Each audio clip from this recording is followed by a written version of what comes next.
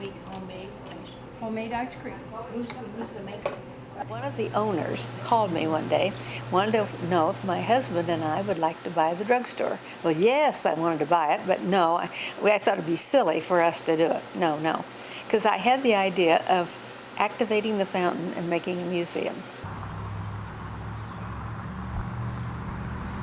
We're close-knit anyway, community, so it's been good. And like I say, I think a lot of people enjoy it. Some people come here when I volunteer and help. I see some of the same ones come every Sunday afternoon.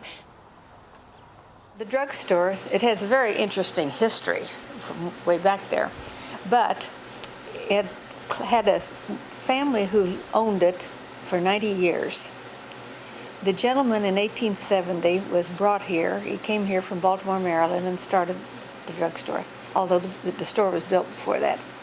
And that family owned it for 90 years, and then it changed hands 2 or 3 times and finally closed.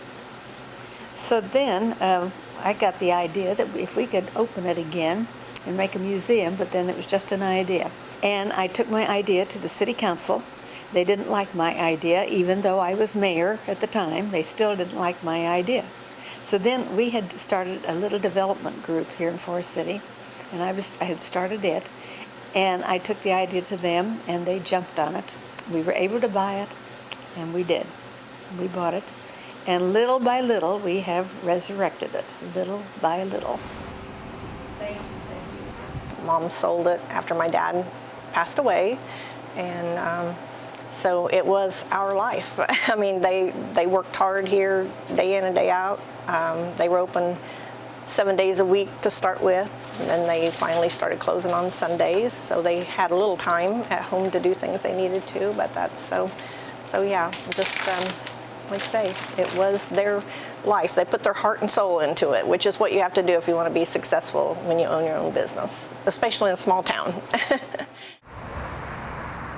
Kind of bittersweet in the beginning because, you know, just changes were made, but it was made for the better. So, but yeah, it's hard to see things, but I'm very thankful that it's being restored and used.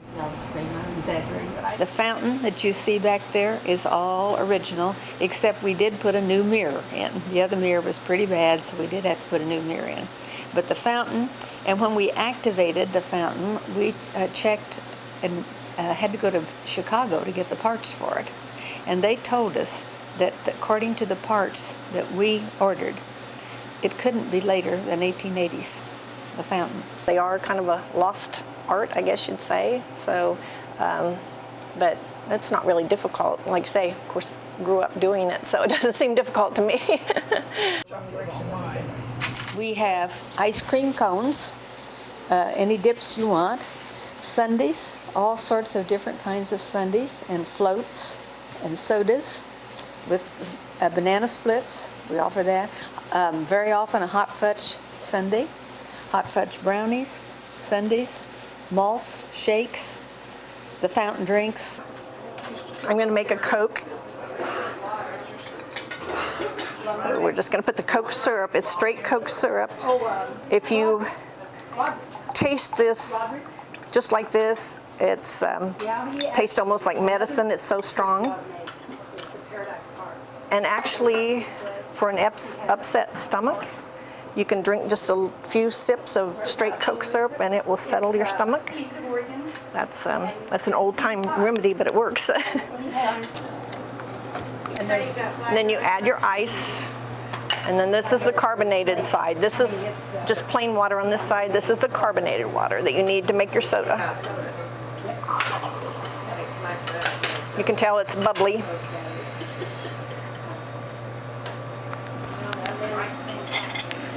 And then you stir it really, really good and fast to mix it well and to get it all carbonated.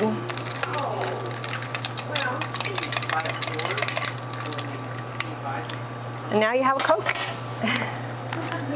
We used to keep the actual Coke and cherry and vanilla and chocolate and everything in these because they're actually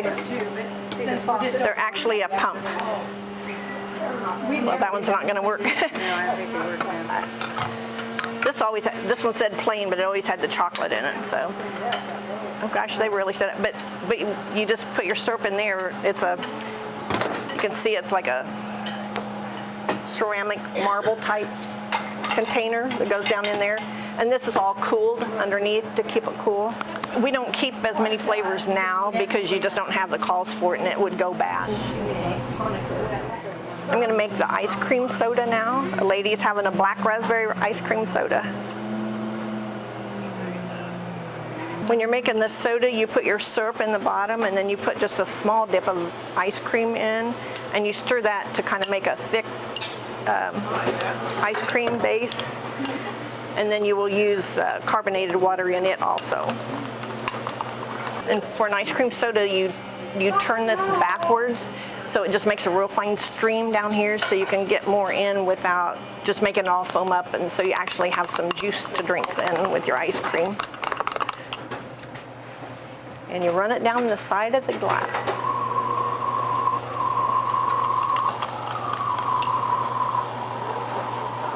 What are you making? Ice cream soda, old-fashioned ice cream soda. One of my favorite things to make.